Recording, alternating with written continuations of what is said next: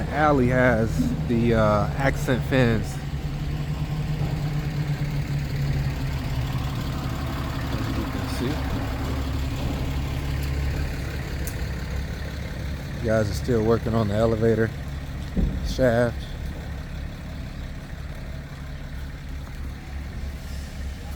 Here we got the runs for the electrical. It's pretty good.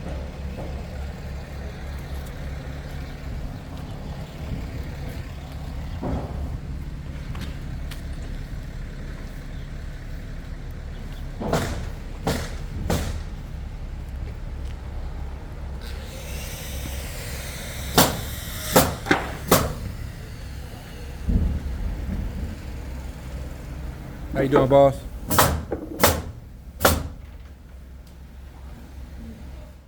Okay, so we're standing on the back corner of the building here. This door would give you immediate access into the electrical room. Right now, these guys are installing their electrical conduit. What's going to happen is you can see the holes. We actually cored holes through the concrete footing to the outside of the building, and out here we're actually going to have a transformer sit right where this guy's working at. And then the main power where we pull from for the city is actually going to get routed and pulled off that telephone pole over there in the alley. And it's going to carry right here to our transformer and then carry in to our electrical room. And then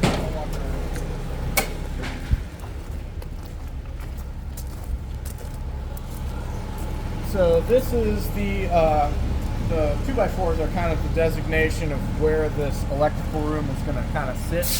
And right now these guys are bringing all of their conduit stub-ups, which is what it's called when you kind of bring it through the base layer up into the space where all of your meters, all of your electrical boxes and panels are going to be. This is your main electrical room. Part of the overall mechanical room equipment area is kind of this back corner. So this area is your electrical room. Then you've got your fire suppression room that's going to be over there. You've got your elevator mechanical room over there, and then you've got your water and water main coming in over here on the meter. So this corner of the building on the first floor is where all of your mechanical equipment mains are located. Live from the 3rd floor.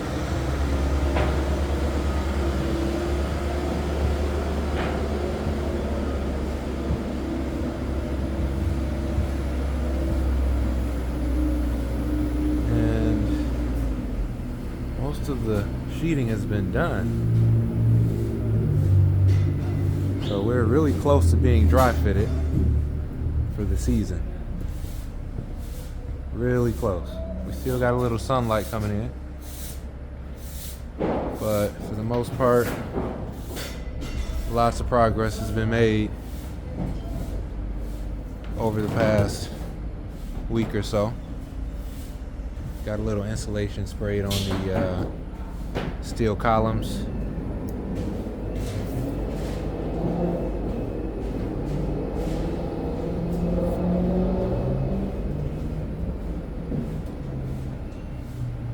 So we're almost there. We're almost dry fitted, with the exception of the windows. We're hoping to have the roof put on hopefully in the next 2 weeks. So maybe first or second week of November is what we're looking like.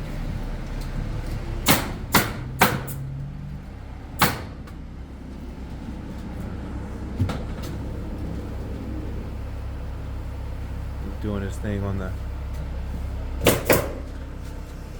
Tyvek here.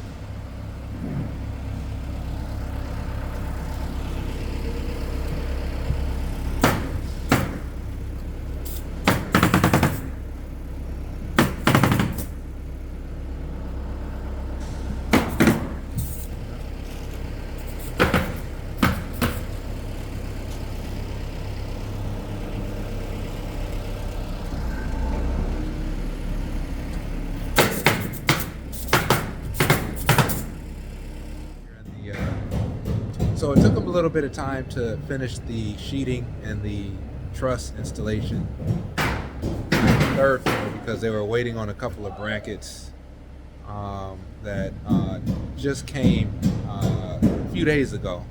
But for the most part, we are covered from the rain with an asterisk next to it because we still need to put a roof on top of us. Well, theoretically, we're not dry fitted yet. We're getting close. Alrighty, so this is the third floor of the ribbon, and currently we're just finishing out framing. Obviously all the interior's done. The roof has just been finished. The decking, that is, so not the actual roofing material that's going to keep us dry in here. Behind me right here, you see they've started a fireproofing material. So this is actually the first coat is sprayed on as glue, and then the exterior coat, which is what you see, which is actually the fireproofing, sticks to that glue. This material is applied to all of the steel members of the building, so columns and girders, to basically protect it from any, if there were to be a fire, it insulates it and protects it from the fire melting the steel and causing structural, collapse.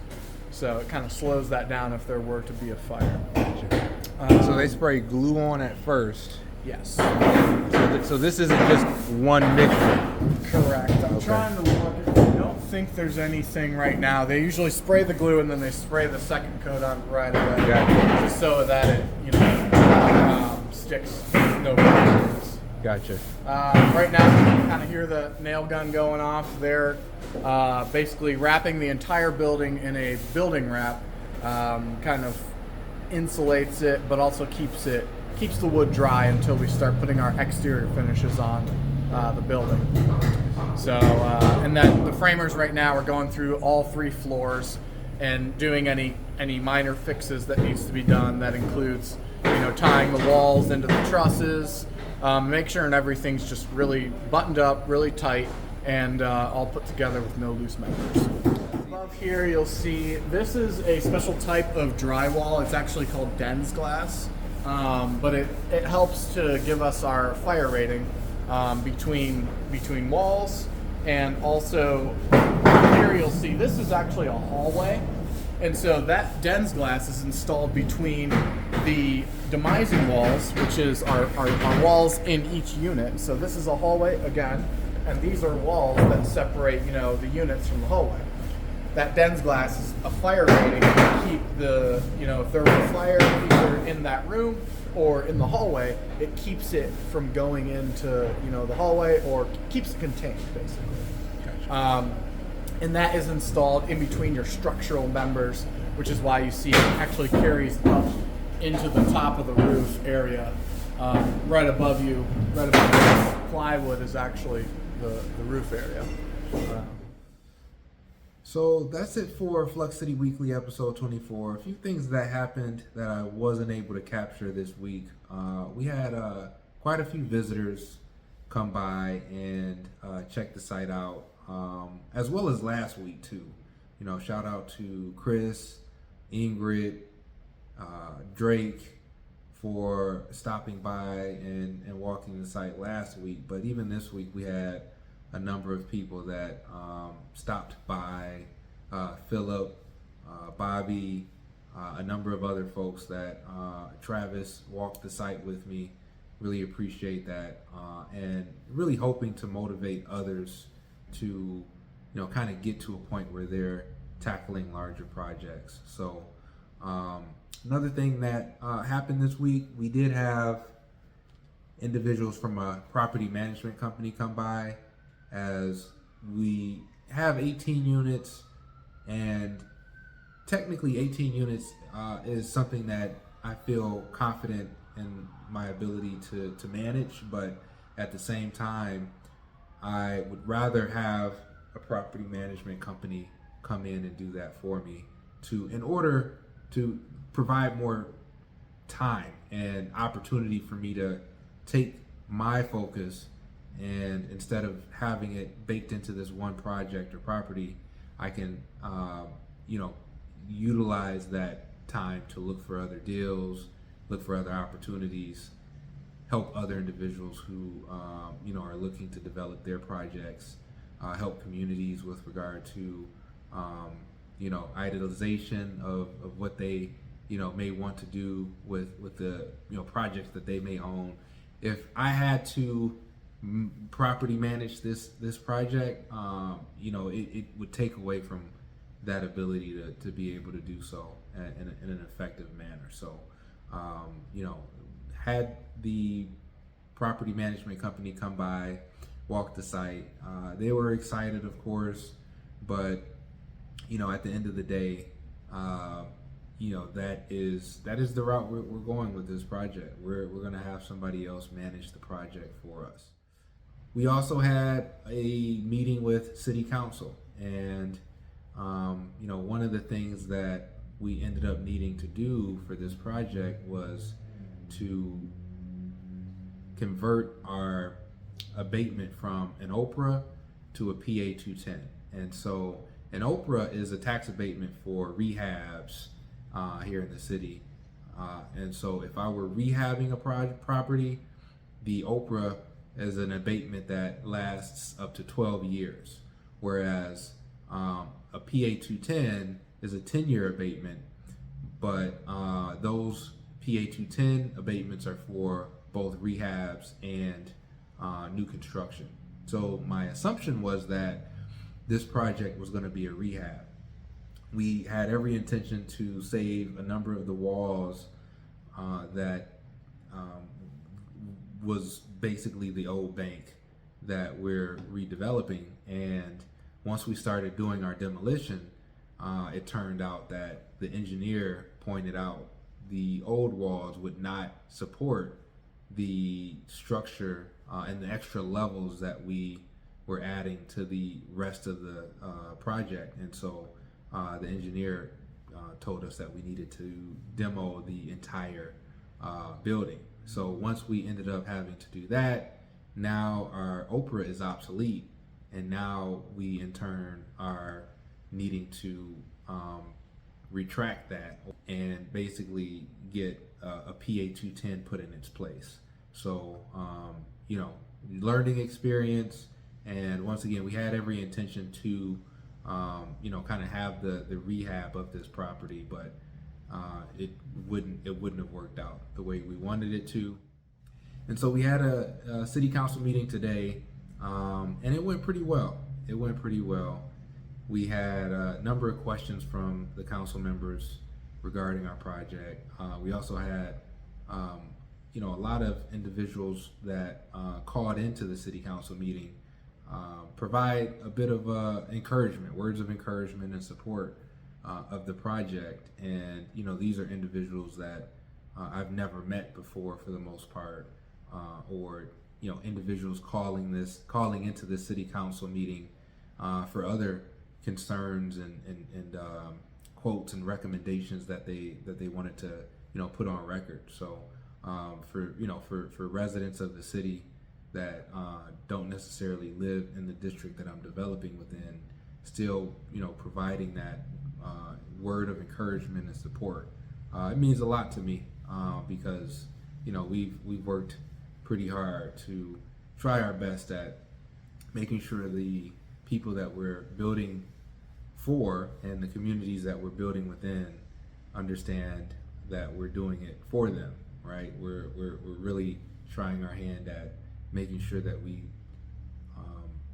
fulfill a promise that we make when it comes to developing these types of urban projects and commercial corridor infill projects. So I'm rambling a bit, and I just want to make sure I highlight those different things, as I ultimately want to point out just how tough development is. You gotta be ready for the long haul when it comes to developing, whether it be rehabs or new construction. you got to be ready for the long haul, right? So we're, you know, 3.5 years into this project on the east side that I've been highlighting with you all for the past roughly 24 episodes, and you know, it really was a labor of love, right? And you know, the type of determination it takes to get a project to this point. I mean, you have to live, sleep, you know, breathe, all of that, all the words I'm looking for. You gotta do in order to make things happen. And so, you know, if you're in a scenario where you're redeveloping a project, just stay focused and, you know, do your best at documenting your experience, because we really want to help others who don't really have an idea of what development really is, or how to achieve a successful development, you know, within our communities.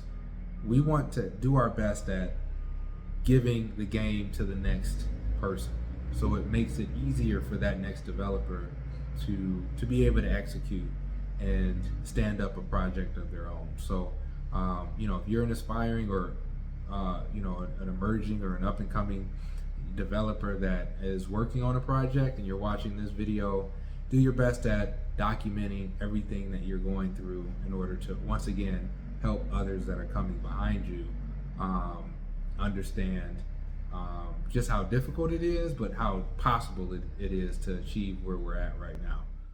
So with that said, I really appreciate you chiming in for another episode of Flux City Weekly. This is episode 24. And if you've made it this far, please like the video. If you haven't subscribed yet, please hit the subscribe button. You know, add a comment below. You know, just let me know that you're there, right? Let me know that this is helping you through your journey as an up and coming or an emerging developer.